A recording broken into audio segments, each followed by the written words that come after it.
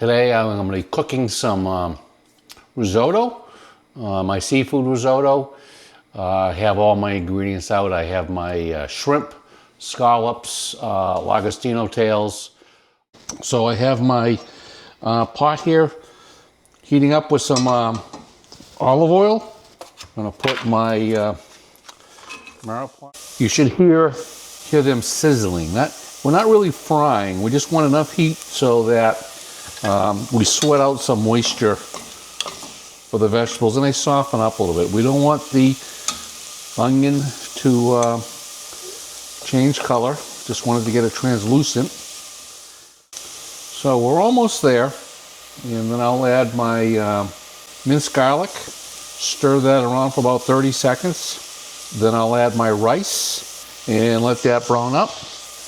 By that time, my stock should be warm enough where I can slowly, okay. I think the vegetables are getting there. They're really, I think they're there. So I am going to turn on heat just a touch.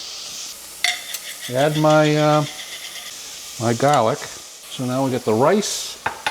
I got 1 cup of rice. My stock is boiling. I really don't want it to boil a whole lot. I don't want to lose it. So I've turned it down to the lowest setting. Gonna let the rice brown up a little bit, warm up and brown, and then we'll start cooking. Now we're gonna get ready to start putting our stock in. I think the rice, the arborio rice is there. Has a nice smell to it.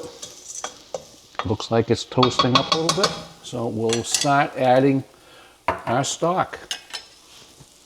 Now this will take about maybe 20 minutes. Oh, you hear that? Oh, I forgot to deglaze the pan. Forgot to deglaze the pan. That will help deglaze that pan. Yeah, I forgot to do that. Well, that's what happens when you're cooking from home. Had a little bit of a mistake there.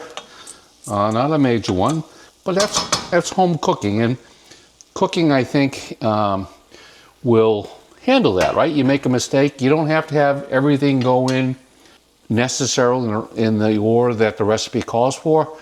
If you forget, put something in at a certain order, you have to determine if you can get it in. If you don't want to put anything raw into a cooked meal, but if the vegetables, if you got one vegetable or something, well, that's okay. Or you cook that vegetable on the side and then add it in to your mix after, just before you serve. Obviously, you want to try to get everything when you're supposed to, but if you don't, you haven't ruined the meal.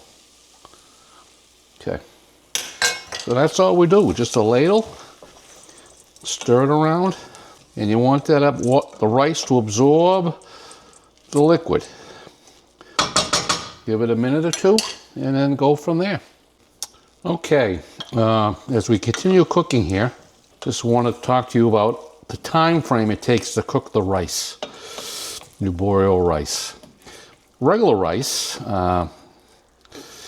jasmine rice or other forms of rice like that, it's usually 20 minutes, and then you let it sit off the heat for 5 minutes to absorb the rest of the liquid.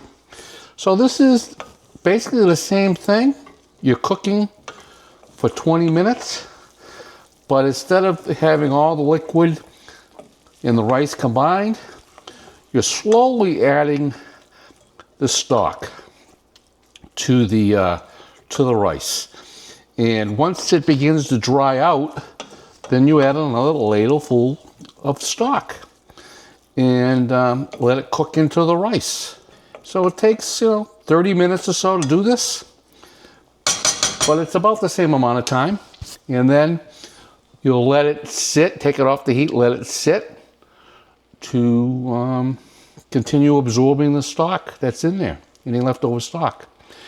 And at that point, once you take it off the heat, you're going to add in your seafood elements, whatever cheese, if you want to add cheese to it to make it cheesy, you'll add that. I'm going to add a little tomato pesto to give it a little bit of zip. So that's what we're doing here, and we're just going to wait. I think the next thing I'll show is cooking my scallops and shrimp separately. Okay, now I'm going to cook my seafood elements. I have some scallops and some shrimp. Going to add some butter. Going to add a little oil to that to prevent it from burning. We're going to let that melt down. Now we're going to add got some water in there. I'm going to get the water out of it. Okay, now I'm back. Now we don't want this too hot. We want it to cook gently. And I'm using butter and oil to try to give a little bit more flavor. Going to add some more garlic to this. I'm going to clean out my my jar. The scallops won't take long. The shrimp won't take long. And the other thing is, if you notice that the risotto is not thoroughly cooked and you've run out of liquid, just use water. Add a little bit more water. Use a ladle full of water at a time. Just keep cooking it to make sure that it's cooked down enough. Or cooked to be soft and like risotto. Risotto is supposed to be soft and creamy. So if you run out of stock, just use water. So I continue to cook down my risotto. Well, cook the risotto, not cook it down. I probably have 2 or 3 ladles of stock left to put in. It's getting close. I can see it's thickening up. The starch is beginning to release from the rice. It's important at this point to keep stirring. The volume is increased, and you don't want it to stick to the bottom of the pan. It doesn't need to be constantly stirred, but it needs attention, right? Because the rice is still cooking, it's absorbing liquids. When I get down to my last ladle of stock, I'll fill my pot up with a little bit of water, and then I'll taste my rice to see if it's soft or if it's close. And if it's not, then I'll just add some more water to it and just keep cooking it as we go along. Okay, it's time to test the rice, the risotto, to see if it's soft yet. Very close. It's not there yet, but it's very close. The vegetables, the carrots, still have a little bit of crunch to it, which is the way I like it. But if you can see, there is still quite a bit of liquid in there, but it's important now to stir it because the bottom will burn if you don't keep stirring it. And that's the last thing you want to do, is to have your risotto burn on the pot and taste that burn throughout the risotto. So I'm going to add a little bit more water to this now. I used up all my stock. Going to add just some plain water and just keep cooking until it's ready. Your risotto needs to be creamy, velvety. It's getting there, but you got to be patient. So let's talk a little about ingredients. So I think if anybody knows me, I like cooking. I like keeping things simple. I sometimes use the analogy that simple is better, but I also am not a traditionalist where I decided to use a mirepoix in my risotto instead of the shallots. I think that's okay. I think you should cook what you like in the flavors you like. The analogy I'm going to use is you take a pizza that has a few ingredients in it that are flavorful and fresh, are outstanding. If you have so many ingredients on the pizza that they fall off the pizza, or you can't tell what you're eating because there's so much of it, that's no good. So keep it simple. Stick with flavors you like.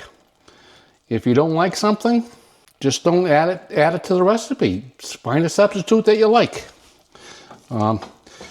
Cooking should be fun, should be enjoyable, you should be creative when you cook. You know, another analogy I'm going to use is like cooking a roast. Recipes tell you at a certain temperature and for so many minutes per pound. And that's true to an extent, but if you want it to be exactly the way you want it, use a meat thermometer. Probe that meat, that roast. That's the best way to get the results that you're looking for, is to use that meat thermometer. I think we're almost there. The time I've spent now cooking this is more than I initially said. I said 20 minutes to a half hour. I've been cooking for 45. I think you can't rush the rice. It takes what it takes. It may be my temperature was a little lower than I usually cook, or I had a little bit more rice. I didn't measure it accurately to a cup. Maybe I had a little bit more than a cup. Maybe I had a cup and a quarter or so. That will all affect the cooking time. But I am really close now. So I'm about ready to take this off the heat. Man, that is so close. I think I'm going to turn the heat off. Stir in my cheese, my cup of cheese,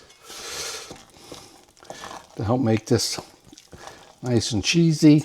I am going to put probably a tablespoon, a heaping tablespoon of so that pesto will add. This goes in, my seafood all goes in. I stir it up. I'm going to cover it, let it sit for 5 minutes, and then we'll serve. Okay, it's been 5 minutes. The risotto is rested for 5 minutes. And let me give it a taste. Oh, yeah, it's perfect.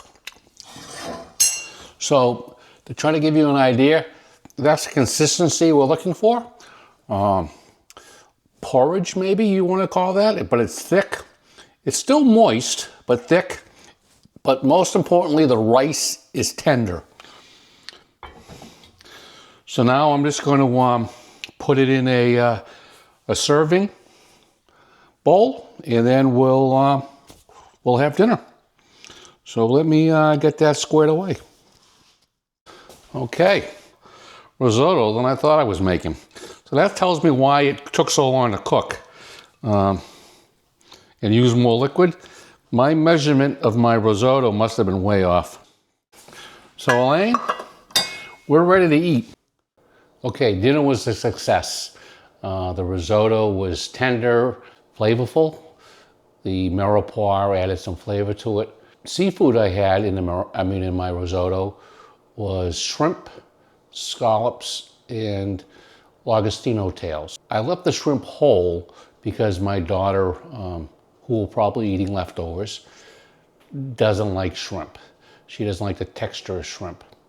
But she'll eat scallops and she'll eat Lagostino. So that's a good thing to remember when you're cooking for someone. If they don't like it, and you do, leave it in there, but leave it in large pieces so they can see it and remove it. Tomato pesto I added to the risotto. I liked the extra flavor. Elaine said that she could take it or leave it. So one thing I did notice is that the risotto was kind of dark. And I think that was from the vegetable stock that I had bought. When I put the stock in a pot to warm up, just, so I could ladle it into the risotto, it looked dark, which I wasn't expecting. I tasted it, it was fine. It was definitely vegetable stock, it wasn't something else. So if you don't like your risotto a dark color, then just use water. The water won't have any color to it and the risotto will stay. But overall, it was very successful. Keep trying, keep doing things, keep learning, keep moving forward.